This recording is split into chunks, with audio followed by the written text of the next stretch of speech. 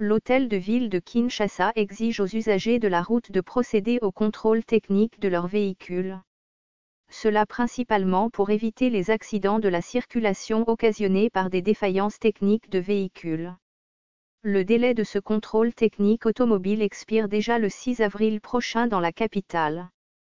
Ainsi, tous véhicules qui ne seront pas certifiés par les entreprises désignées par l'hôtel de ville de Kinshasa pour assurer ce service vont être placés en fourrière, ont laissé entendre les autorités urbaines.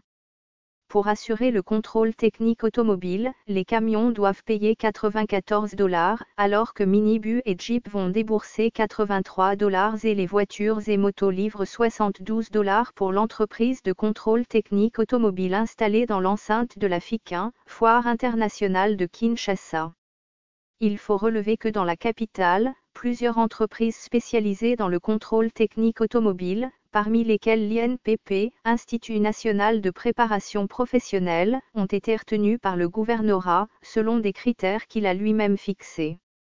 C'est pour cette raison que beaucoup sont ceux qui ne sont pas d'accord avec le gouverneur de ville de Kinshasa qui a imposé le contrôle technique aux usagers de la route juste pour renflouer ses caisses, alors que beaucoup de ces entreprises ne remplissent les conditions pour procéder à ce genre de service, très important dans le cadre de la prévention routière. Il concerne les véhicules de tourisme ainsi que les utilitaires de moins de 3,5 tonnes. Cette mesure est devenue obligatoire depuis 1992.